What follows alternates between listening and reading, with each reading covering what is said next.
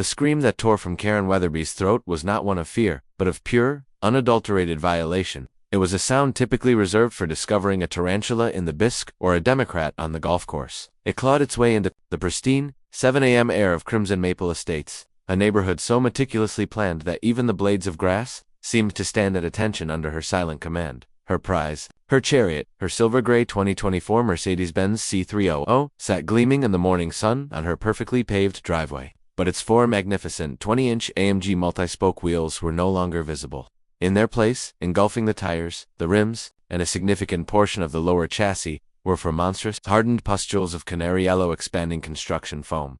It wasn't just a prank, it was a declaration of war. The foam had oozed with malicious intent, swelling into grotesque, bubbly tumors that had solidified into an impenetrable, ugly shell. A single drop had even splattered onto the KWP custom gift from her late husband, Harold. That single, tiny yellow speck was the point of ignition. The simmering rage within her exploded into a white-hot nova. "Rousseau," she hissed, the name tasting like acid. Alex Rousseau, the tenant at 1412 Snapdragon Lane, the one with the unkempt beard. The infernal noise he called indie folk music that bled from his open windows. And, most heinously, the complete and utter disregard for Article 4, Section 8b, of the Crimson Maple HOA Covenants, vehicular parking and placement. The conflict had begun, as most epic wars do, over something small. A wheel, specifically, the left rear wheel of his beat-up Subaru Forester, which he habitually parked just inches over the painted white line of his designated spot, encroaching upon the communal flower bed. Karen, president of the Homeowners Association, for 6 consecutive years, had documented the infraction with the precision of a crime scene investigator. She had photographed it from multiple angles, time-stamped the images, and issued a formal warning letter printed on her personal, cream-colored letterhead. Rousseau's response had been to tape a hand-drawn smiley face to the warning and leave it on her doorstep. The aggressions escalated. He had friends over who dared to park in the guest spots for more than the mandated 24-hour limit. Karen, armed with a stopwatch and a clipboard, had the tow truck on speed dial. Then came the incident that had clearly pushed the bearded deviant over the edge. 2 weeks ago, a friend of his, driving a garish orange pickup truck that looked like a rejected Tonka toy, had the unmitigated gall to pull into her driveway. Not for long. Perhaps only 10 minutes while they unloaded some large, mysterious wooden crates. But the tire tracks on her pristine concrete were an insult of the highest order. She had stormed out, her voice a clipped, dangerous weapon. "You are on private property," she had announced, her small frame radiating the authority of a 5-star general. The friend, a lanky man with paint-splattered jeans, had just blinked at her. "Sorry, ma'am," Alex said, just to pull in for a sec. "I am not ma'am," she'd snapped. "I am Mrs. Weatherby, and Alex does not own this property. He does not own this air. He certainly does not own this driveway. Remove your thing immediately." Alex had emerged from his house then, wiping his hands on a rag. "Hey Karen, what's the problem? We're just unloading some supplies." "The problem, Mr. Rousseau, is that you and your associates seem to believe that the rules of civilized society, the very rules that prevent this community from descending into anarchic squalor, do not apply to you. This is a direct violation. You will be fined. Heavily." He had actually laughed, a short, sharp bark of amusement. "You're going to fine me because my friend parked in your driveway for 5 minutes by mistake? A driveway you aren't even using? The rules are the rules," she had said, her voice dropping to an icy calm. "They are the bulwark against chaos. You would do well to remember that." He had shaken his head, a look of pity on his face that infuriated her more than any insult. "You must be really lonely, Karen," he had said softly, before turning to his friend. "All right, Mark, let's move it. Wouldn't want to disrupt the bulwark lonely." The word had echoed in the silent, cavernous rooms of her immaculate house for days. It was a weak man's weapon, an attempt to psychoanalyze her and dismiss her authority. Harold would never have stood for it. Harold understood order. Harold understood that a crack in the pavement, left untended, becomes a pothole. A weed, left unplucked, destroys a garden. A rule, left unenforced, dissolves a civilization. She wasn't lonely. She was a sentinel, a guardian. And now, her sentinel's chariot had been desecrated. Bypassing the police, they were incompetent, slow, and would only get bogged down in tiresome concepts like evidence and due process. Karen marched. Her sensible flats slapped against the pavement with furious rhythm. The sun was higher now, casting long shadows that seemed to recoil from her path. She ignored the cheerful waves from Mrs. Gable across the street, the gentle tolling of the community clock tower, the saccharine scent of the rose bushes she herself had mandated. There was only the mission. She reached 1412 Snapdragon Lane. The Subaru was there, parked perfectly within the lines for once, a clear sign of a guilty conscience. A single, defiant dandelion bloomed near his walkway. She made a mental note. Another fine. She didn't knock. She hammered her fist on the door, the sharp raps echoing her own frantic heartbeat. After a long moment, the door opened. Alex Russo stood there, shirtless, wearing a pair of faded plaid pajama pants. His hair was a mess, and he held a mug that said "World's Okayest Luthier." He blinked at her, confusion clouding his face. "Karen, it's not even 7:30. Is a squirrel looking at you funny again?" The sheer unmitigated audacity of his casualness sent a fresh wave of fury through her. "Don't you play dumb with me, you vandal?" she spat, jabbing a finger toward his chest. "My car, my Mercedes. You and your disgusting, industrial foam." Alex's brow furrowed. He took a sip of his coffee. Whoa, slow down. What are you talking about? Foam? Did you have a cappuccino accident? You know precisely what I'm talking about. My tires. You've destroyed them.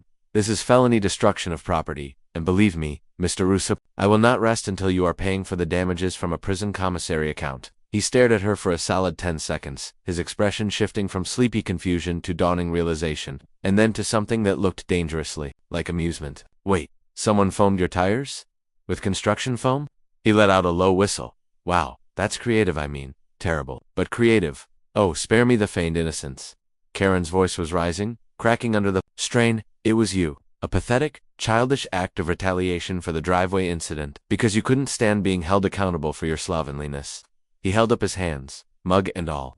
"Karen, I have no idea what you're talking about. I was up until 2 a.m. finishing a fret job on a vintage Martin guitar for a client. I got up 20 minutes ago to make coffee. I haven't left the house." "A likely story. You probably paid one of your hooligan friends to do it." "My hooligan friends?" he snorted. "You mean Mark, the middle school art teacher? Or maybe Sarah, the pediatric nurse? Yeah, they're a real rough crowd. Look, I'm sorry about your car. That genuinely sucks. But it wasn't me. Prove it," she demanded, crossing her arms. Her entire body was trembling with a righteous, furious energy. Alex sighed, a long-suffering sound that grated on her every nerve. He set his mug down on a small table inside the door. "Fine, you want proof?" He disappeared for a moment and returned with his laptop, flipping it open. "I was on a Zoom call with a client in Australia from 11 p.m. my time until almost 1:45. Emmy's a collector. We were going over the final details. The entire call is recorded for insurance purposes on my cloud server." He angled the screen toward her. A video file was time-stamped and clearly visible. "And my security camera, the one you tried to get the HOA to find me for because it wasn't aesthetically harmonious with my doorframe, shows no activity at my door or driveway from the moment I came home at 8 p.m. last night until I opened the door for you just now. Would you like to review the footage? We can sit down, have some coffee, maybe some gluten-free scones, and pour over the thrilling 8 hours of an empty porch." His condescension was a slap in the face. The evidence, however, was an inconvenient roadblock. She peered at the laptop, the screen, her mind racing. He was a tech person, a tinkerer. He could have faked the timestamp. He could have looped the security footage. He could have hired a ninja. The possibilities were endless when dealing with a person of such low moral character. "Your digital trickery means nothing to me," she said, her voice regaining its cold composure. "The truth will come out, and when it does, the consequences will be severe." She turned on her heel, not giving him the satisfaction of a reply. As she marched back toward her violated home, she could feel his eyes on her back. He wasn't laughing, he wasn't angry. It was that look of pity again, and it burned. Back in her driveway, the yellow foam seemed to mock her in the morning light. The tow truck would have to be called, a rental car procured, her insurance company notified. It was a logistical nightmare. But as Karen looked at the morning after the vote was a masterpiece of controlled chaos, orchestrated by Karen herself. At 9 a.m. sharp, a white van from Apex Security Solutions pulled up to the curb. 2 men in navy blue jumpsuits got out, looking more like plumbers than technicians of espionage. Karen met them on the sidewalk, holding a clipboard and a laser pointer, which she used to indicate the precise non-negotiable mounting point on the community lamppost. "The primary camera, a model for K-on VI with optical zoom, will be positioned here," she instructed, the red dot dancing on the painted green metal. "It needs a clear, unobstructed view of the front door and driveway of 1412 Snapdragon. The secondary camera, a wider-angle 180-degree lens, will be mounted just below it, to capture the entire property line and the street. I want no blind spots. None." The lead technician, a burly man named Dave with a tattoo of a carp on his forearm, chewed on a toothpick. "Ma'am, we usually just point these at the general area. We're not supposed to aim them directly into someone's private residence. There are, privacy laws." "I am the president of this homeowners association," Kieran said, her voice dripping with condescension. "This lamppost is HOA property. The electricity it uses is paid for by HOA dues. The security of this community is my mandate. Your mandate is to follow my instructions. Are we clear?"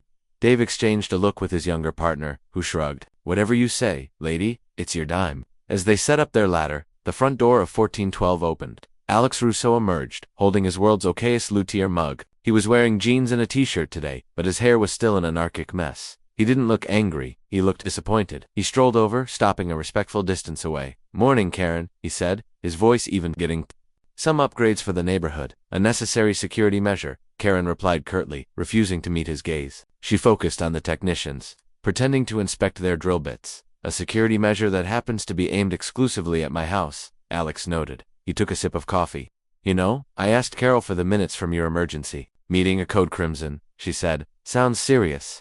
Karen's head snapped toward him. "The business of the board is the business of the board, right? But the funds the board spends are the business of the homeowners who pay them, which I do," he said calmly. "I'm just curious, is this a board-approved capital expenditure? Because it looks an awful lot like you're using community funds to harass a private citizen. My lawyer friend Saratha, pediatric nurse you probably think is a jewel thief, finds this sort of thing fascinating." The mention of a lawyer sent a tiny, cold flicker of unease through her, but she stamped it out immediately. He was bluffing, trying to intimidate her.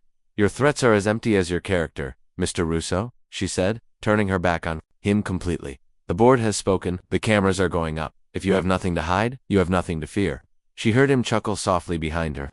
"That's what people always say right before they do something terrible," he said, and with that, he turned and walked back into his house. The encounter left her rattled, but more resolute than ever. He was trying to scare her off because he was guilty. By noon, the cameras were installed. They were subtle, tucked beneath the lantern of the lamppost, but Karen knew they were there. Two unblinking eyes, feeding everything they saw directly to her. Her home office, once a serene space dedicated to HOA paperwork and correspondence, was transformed into what she mentally dubbed the command center. She had spent the previous evening clearing her large mahogany desk, positioning her laptop front and center. Beside it, she'd placed a brand new 27-inch monitor she'd panic bought that morning, which was now hooked up to display the live feed in glorious 4K. A fresh pot of coffee brewed on a hot plate in the corner. She had a legal pad for notes, a pair of binoculars for enhanced viewing of the monitor, and a fresh sense of purpose. She logged into the secure server. The feed flickered to life. There it was, 1412 Snapdragon Lane in crystal clear definition. She could see the defiant dandelion by the walkway. She could see the smudges on the Subaru's windows.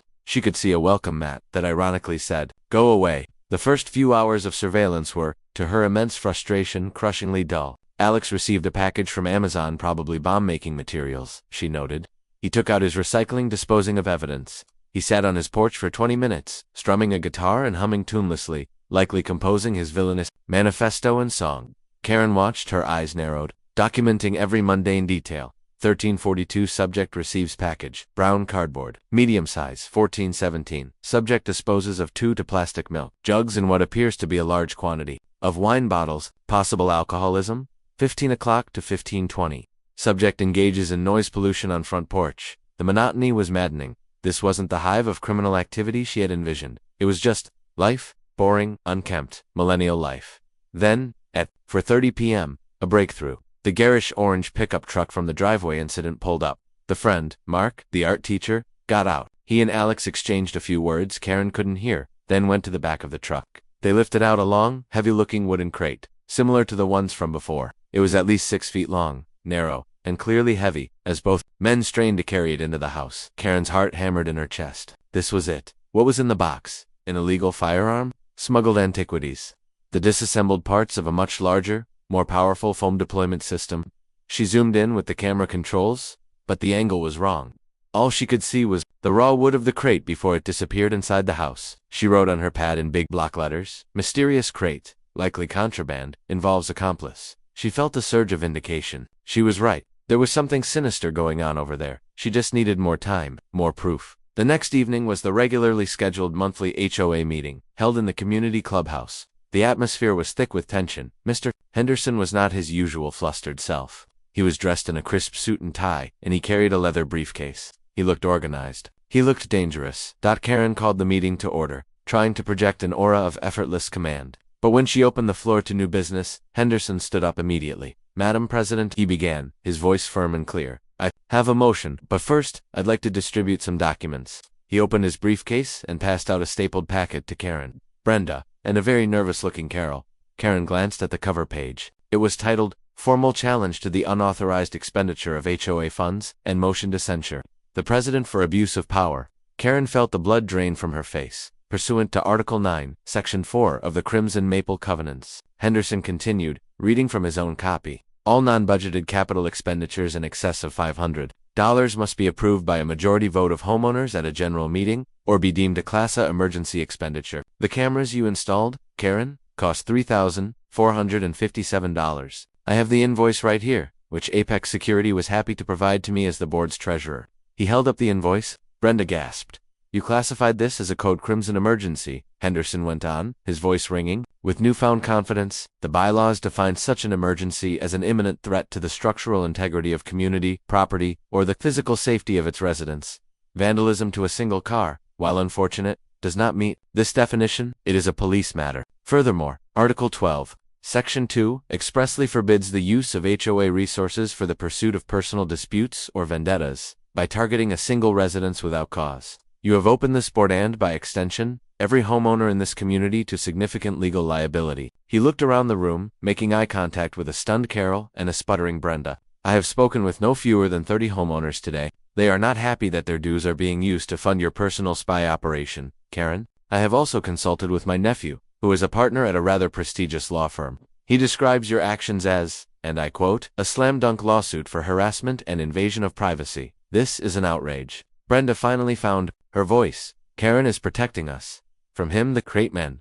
Henderson raised an eyebrow. The what? He's bringing in suspicious crates. Karen has seen it. It could be anything. Or, Henderson countered, it could be materials for his job. He's a luthier. He makes and repairs stringed instruments, guitars, cellos, things that sometimes come in long wooden crates, a fact one could ascertain with a simple, neighborly conversation instead of a $3,000 illegal surveillance system. Karen slammed her gavel on the table. That is enough, Henderson. This is a security matter, and my actions were justified. Your motion to censure is out of order. I'm afraid it's very much in order, Henderson said calmly, and I am formally calling for a vote to censure the president, to immediately deactivate the cameras, and to issue a formal apology to Mr. Russo on behalf of the HOA. I second the motion, Henderson announced for himself, as no one else would. Karen glared at him. The PDF glowed on Karen Weatherby's monitor, a digital monument to her own spectacular miscalculation.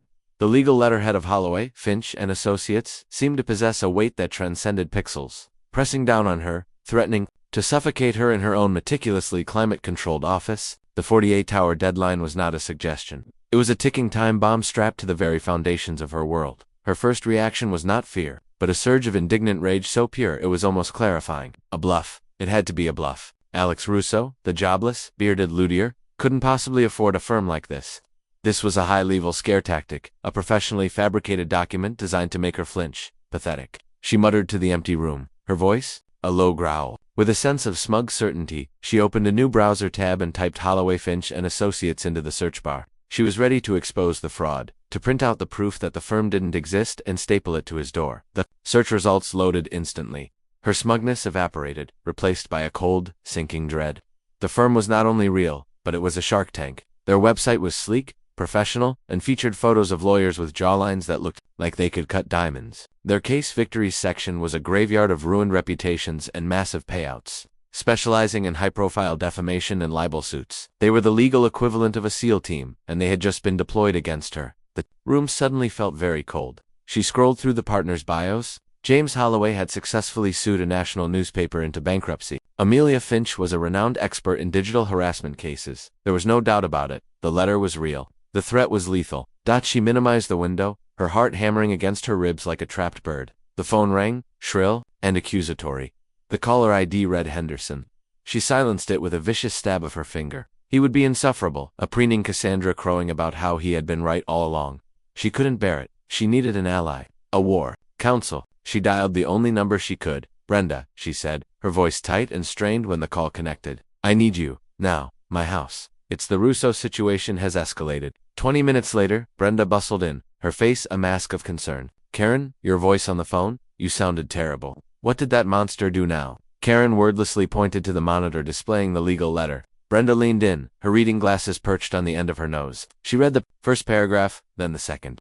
She scrolled down to the demand for $50,000. The color drained from her face. Her perky battle-ready posture deflated like a cheap pool float. $50,000. Brenda whispered, sinking into the guest chair. They can't be serious. They are a very serious firm. Brenda, Karen said, pacing the length of her Persian rug. But this is nothing more than legal terrorism.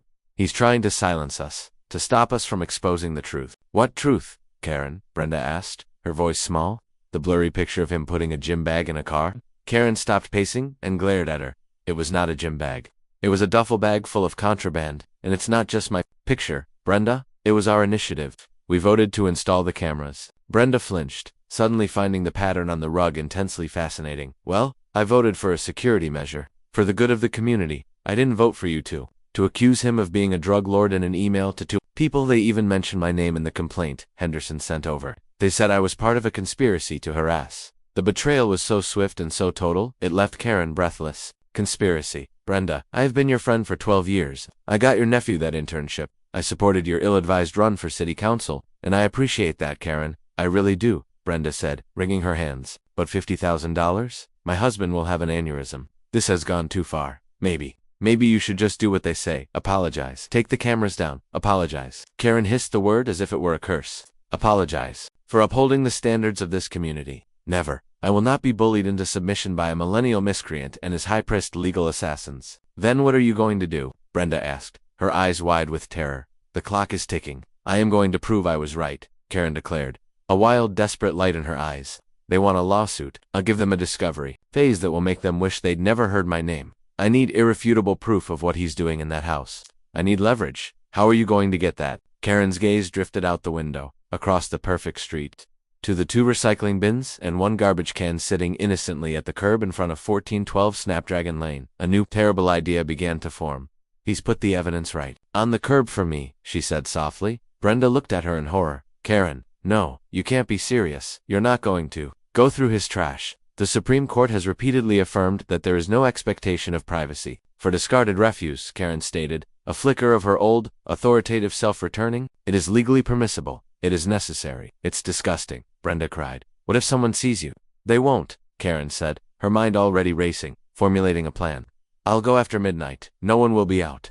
Brenda stood up, grabbing her purse. I can't be a part of this, Karen. I can't. This is insane. Call a lawyer, please, before you do something you can't take back. And with that, her only ally fled, leaving Karen alone in the suffocating silence of her office, the lawyer's letter glowing like a malevolent specter on the screen. That night, at 1:47 a.m., Karen Weatherby transformed. She shed her persona of the immaculate HOA president and became a creature of the night. She donned a black cashmere tracksuit, black running shoes, and a pair of thin leather gloves. Her face was a grim mask of determination. She grabbed a small, powerful flashlight and slipped out her back door, moving through the manicured shadows of her own backyard like a ghost. The street was deserted, bathed in the cool, detached light of the energy-efficient LED street lamps she had championed the previous year. The irony was not lost on her. She darted across the asphalt, her heart pounding a frantic rhythm against her ribs. She reached the curb at 1412 and crouched behind the large blue recycling bin, her breath misting in the cool night air. This was it, the front line of her war.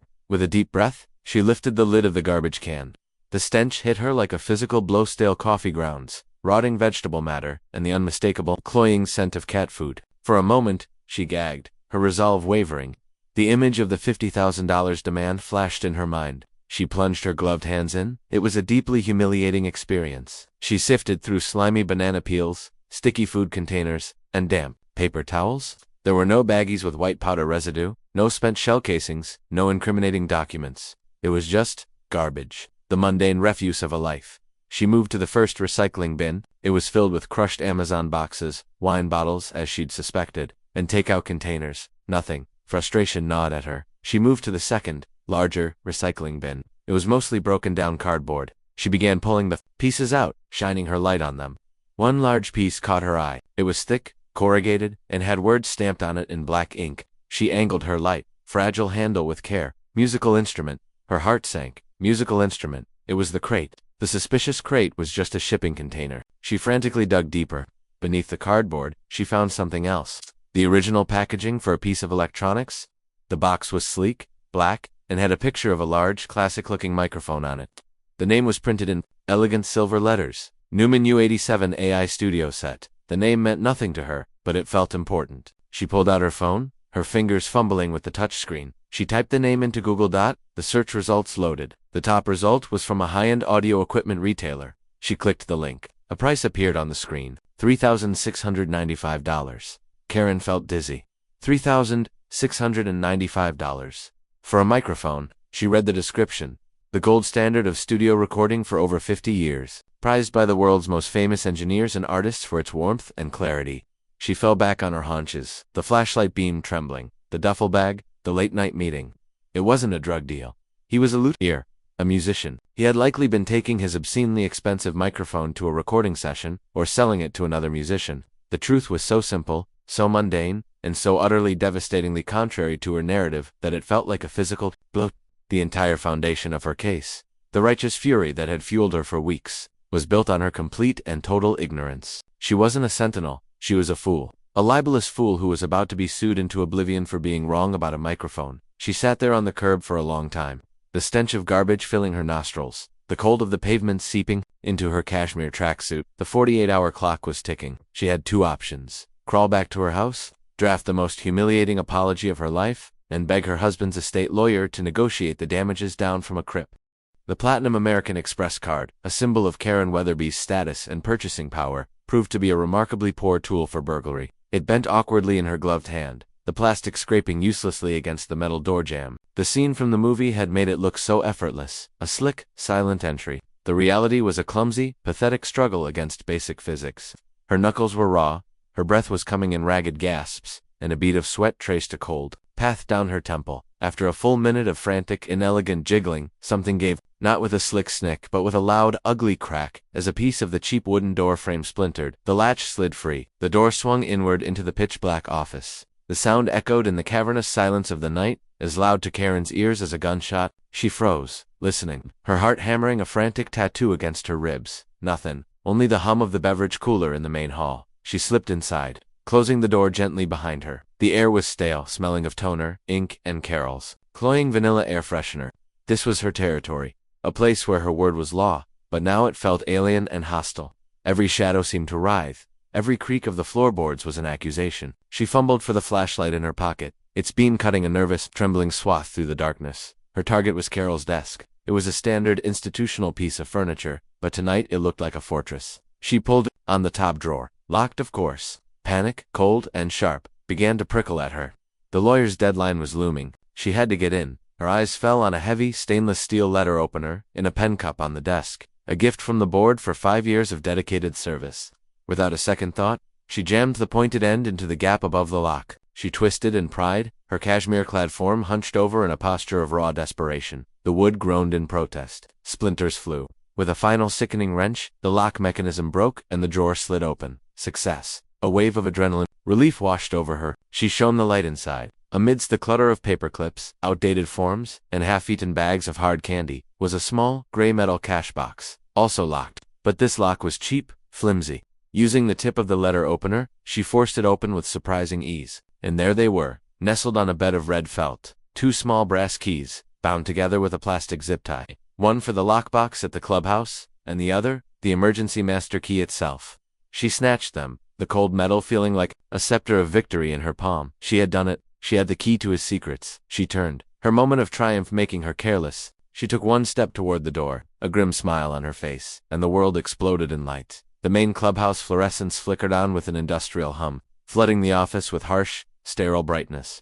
Karen cried out, throwing a hand up to shield her eyes. She was completely, utterly exposed. Standing in the middle of the room, a broken desk drawer at her feet, a letter opener in one hand and the stolen keys in the other. Framed in the office doorway were 2 figures. Her heart stopped. It wasn't security. It was worse. It was Mr. Henderson, his face a tragic mask of disbelief and horror, his hands still on the light switch, and beside him, his expression not of anger but of a deep, profound weariness that was somehow more terrifying, stood Alex Russo. Time seemed to slow down.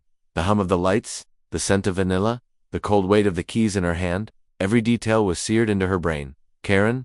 Mr. Henderson's voice was a choked whisper. He looked as if he'd just witnessed a puppy being kicked. In God's name, what are you doing? Alex said nothing. He just looked at her, then at the splintered desk, then at the keys in her hand. He didn't need to speak. His silence was a judgment, a confirmation of everything he must have thought about her. Karen's mind, a finely tuned machine for rationalization and blame, went into overdrive. It scrambled for a plausible narrative, a life raft in this ocean of damning evidence. There was an emergency, she stammered, her voice high and unnatural. I saw a light in the window. I thought there was a prowler. I was coming to investigate. Henderson just stared at her, his mouth agape. A prowler. So you broke into the office with a letter opener too? What?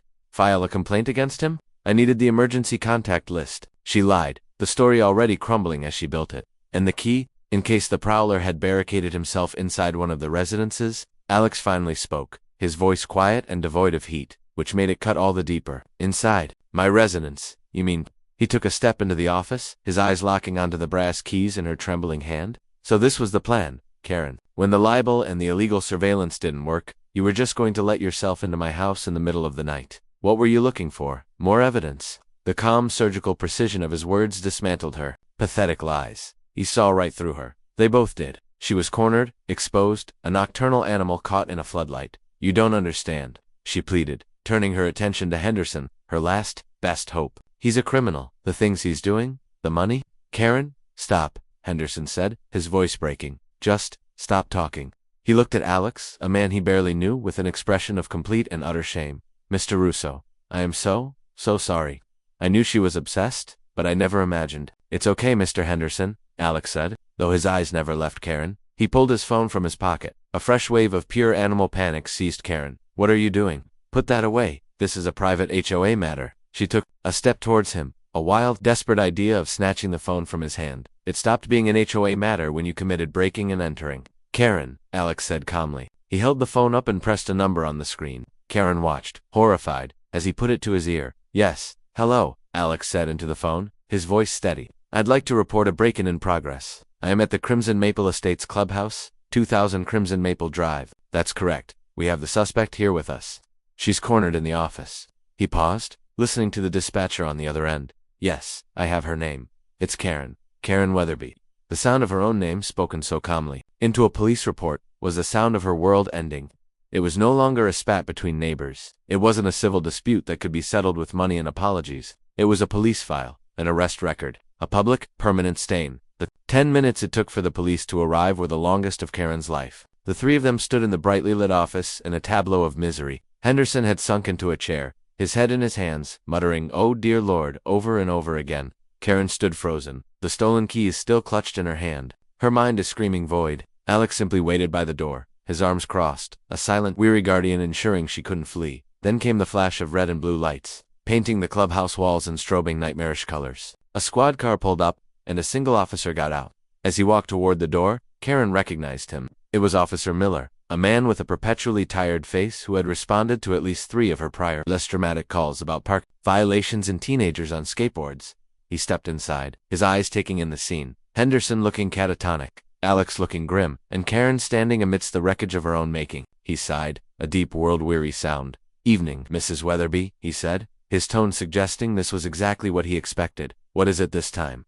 "Did a leaf fall on your car?" she broke in. "Officer," Alex said simply, "forced the desk, was attempting to steal a master key to my home." Officer Miller looked from Alex to the splintered desk drawer, then to the keys still clutched in Karen's white-knuckled fist. He didn't need to ask any more questions. The evidence was eloquent. "Karen Weatherby," he said, his voice shifting from weary to official, "you are under arrest for breaking and entering an attempted burglary. You have the right to remain silent. Anything you say can and will be used against you in a court of law." Karen didn't hear the rest. The words were a roaring in her ears. The world narrowed to the sight of Officer Miller approaching, the glint of the metal handcuffs in his hand. This couldn't be happening. She was Karen Weatherby. She was the president. She didn't get arrested. She had people arrested. "This is a misunderstanding," she cried out, as he gently but firmly took the keys from her hand and turned her around. "I am the victim here." The metallic click of the handcuffs locking around her wrists was the loudest sound she had ever heard. It was the sound of her authority, her reputation, and her control being irrevocably stripped away. Officer Miller led her out of the clubhouse. The flashing lights had, as she'd feared, attracted attention. Mrs. Gable was standing on her lawn in a nightgown, her hand over her mouth. The teenage Henderson boy was filming with his phone. And standing on her own porch, illuminated by the porch light, was Brenda, her face a pale, horrified circle in the window. The walk to the squad car was a gauntlet of shame. Every window was an eye, every shadow a whispering accuser. She, Karen Weatherby, was being paraded through her kingdom in handcuffs, a spectacle for the very people she had ruled with an ear.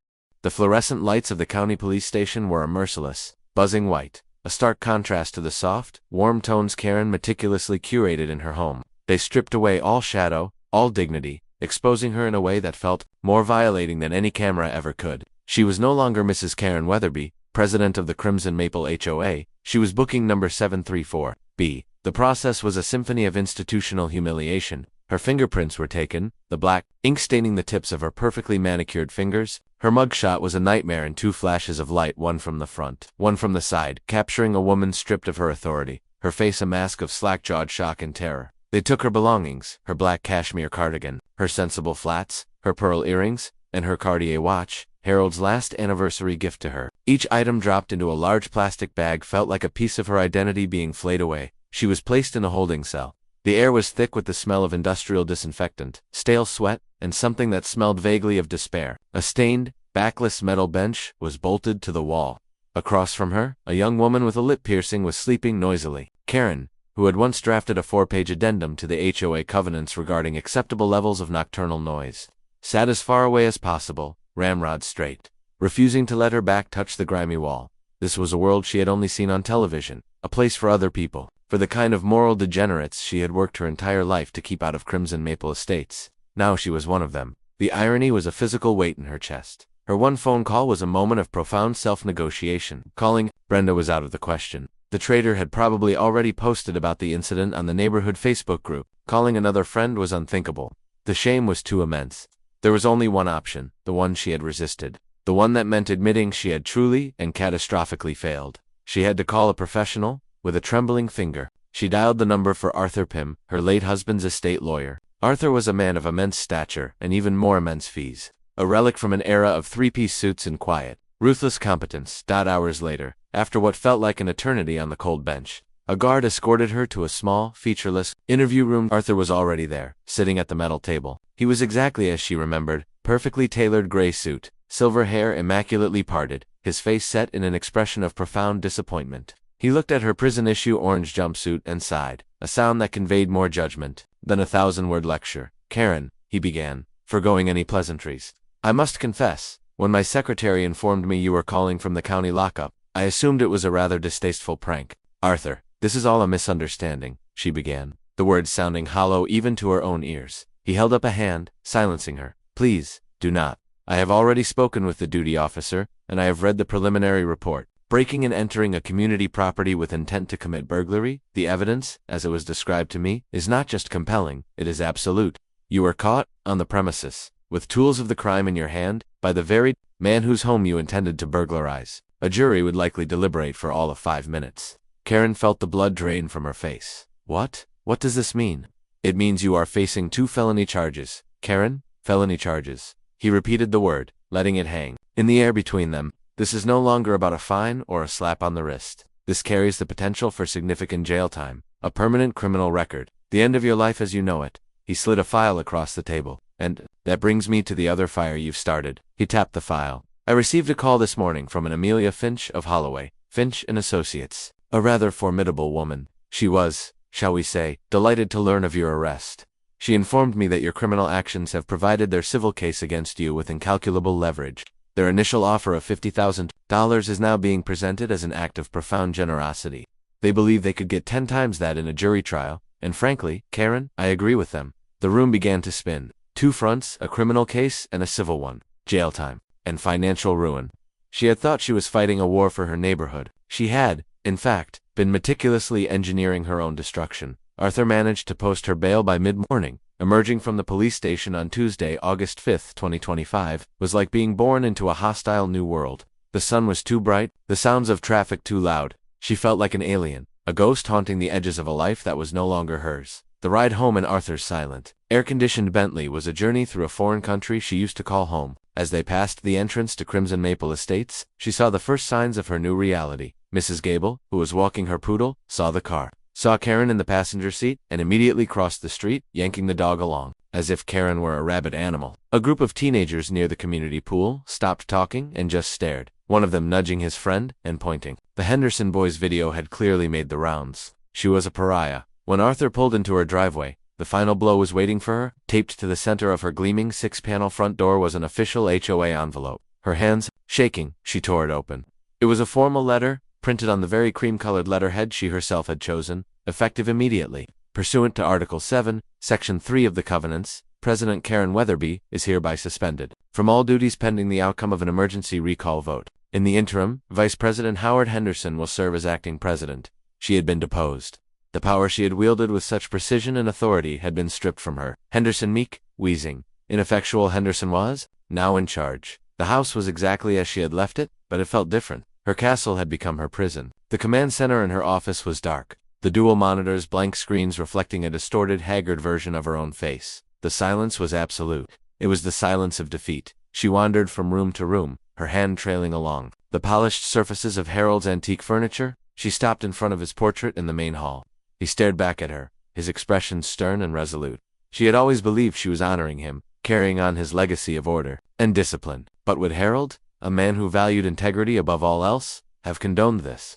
Breaking the law, lying, persecuting a man over a misunderstanding about a microphone? For the first time, a hairline crack appeared in the solid marble of her self-righteousness. A single, terrifying thought wormed its way in.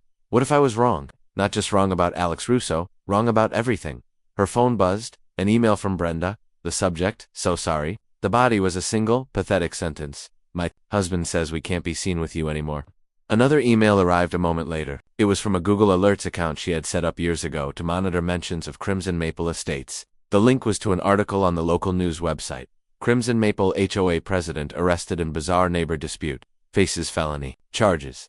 And there it was. Her mugshot. That awful, soul-bearing photograph, for all the world to see. Her hair was a mess, her eyes wide with panic, her mouth agape. This was her new portrait. This was her legacy. She sank onto the bottom step of her grand staircase, and finally, for the first time since the ordeal began, Karen Weatherby began to weep. The sobs were dry, ragged things, torn from a place of profound, abject despair. This was rock bottom. Later, that afternoon, the doorbell rang. Her first instinct was to hide. It was probably a reporter, sniffing around for a quote, but the ringing was persistent, calm, not aggressive. Cautiously, she peered through the peephole. Her blood ran cold. It was Alex Russo. He was standing on her porch, alone, his hands in his pockets. He didn't look angry or triumphant. He just looked serious. She opened the door a crack, the security chain still in place. "What do you want?" she asked, her voice raspy from crying. "Have you come to gloat?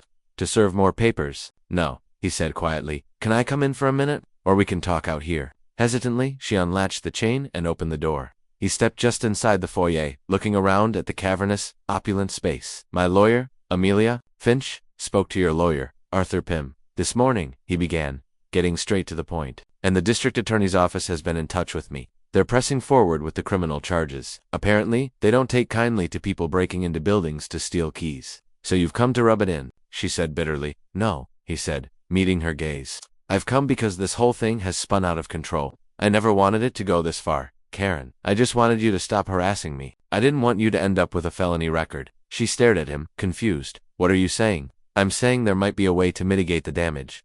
"All of it?" he said. "My lawyers think we have enough leverage to make both the civil and criminal proceedings more manageable. I can tell the DA that I believe